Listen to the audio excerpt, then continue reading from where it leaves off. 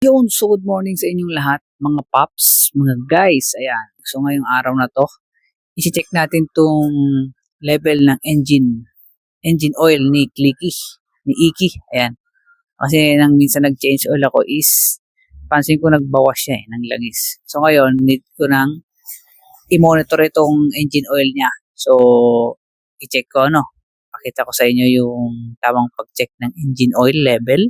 Ayan, sa mga hindi pa po nakakaalam, ayan, pwede nyo panoorin ito. Pero kung alam nyo na rin is, pwede nyo rin panoorin nyo lang guys, mga paps. Okay?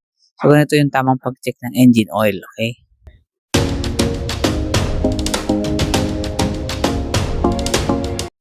Ayan. Kung matagal na naka-idle yung inyong motor, halimbawa sa magdamag, paanda rin muna ng 3 minutes, no?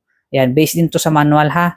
3 minutes bago natin i-check yung oil. Pero sa akin kasi ginamit ko kanina kaya pwede ko nang i-check napakahalaga na na i-check natin ang engine oil natin, okay? Yung level niya. So yan, gamit kayo ng screw ng pliers kung mahigpit. Pero sa akin kasi kanina naluwagan ko na kaya kaya ng kamay yan. Pihitin lang natin na ganyan, okay? Tapos kukuha pala tayo ng malinis na basahan. Siyempre kasi pupunasan natin itong dipstick niya, Yan. So unang hindi mo pa maano diyan. So yan, punasan muna natin itong dipstick, yan Papapansin niyo may mga langis din sa mga gilid, okay? Yan. Tapos pagka napunasan na natin, ang pag diyan, isusuot niyo lang siya ha. Patong lang, hindi niyo siya i-screw. Ayan. Dapat ang safe na level ng engine oil is nasa gitna niyan. Kung makapansin niyo yung mga X na yan, dapat nasa gitna. Okay? Or nasa high siya. Yun ang pinaka-safe dyan. Okay? Yung pinakababa doon na guhit, yun yung low. So, ganyan lang, Pag napunasan na natin, para isusuot lang natin na ganyan, patong lang yan na ganyan, ha? Huwag nyong i-screw. Okay? Tapos, saka natin hilain. Tanggalin. Para malaman natin ang level niya. Ayan, Okay, So, itong sa akin is, ayan, Parang may basa pa doon sa gilid doon. Malamang na doon sa gilid niya. Pero okay naman pagka ganun ulitin lang natin Ayan, pwedeng nasa gitna nung nasa pagitan nung low at saka high or nasa high mas maganda. So ulitin lang natin. Punasan ulit natin yung dipstick tapos ayan, punasan ulit natin, okay? Pasok lang natin. Sumasayad kasi doon sa kaya parang nababasa rin yung doon sa taas Sumasayad doon sa gilid doon So ulitin lang natin Ayan, okay. So dahan-dahan lang natin para hindi sumayad.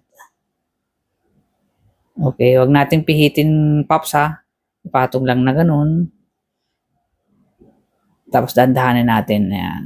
Yun meron talagang nababasa dun sa niya sumasayad. Pero okay ang engine oil pa niya. Ayan Okay, goods pa to.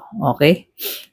Ayan. So napakahalaga na na i-monitor natin ng engine oil Ayan. Tsaka malalaman mo rin ito kung yung kulay ng engine oil mo, kung araw-araw, kung every week, kahit every week mo siyang i-check Halimbawa, sa isang linggo, Sabado, check mo na rin Ayan, para malaman mo kung okay pa yung oil, yung level niya, tsaka yung amoy ba. Ayan. So yan, ulitin lang ulit natin. Tingnan natin kung talagang Ayan. Ayun, okay naman. Nasa naman siya. Nasa high pa nga Ayan Pero nababasa talaga yung taas kasi sumasayad So, yun. Ganun lang mga paps, Sinare ko lang sa mga hindi pa nakakaalam, ganun lang. Ipatong lang, wag nyo wag nyo siyang i-screw. Tapos paanda rin yung 3 minutes, kahit 3 minutes pagka matagal na naka-idle yung motor, okay? Ayan, so balik na natin. Ganun lang.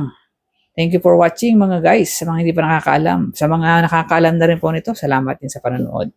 Thank you for watching.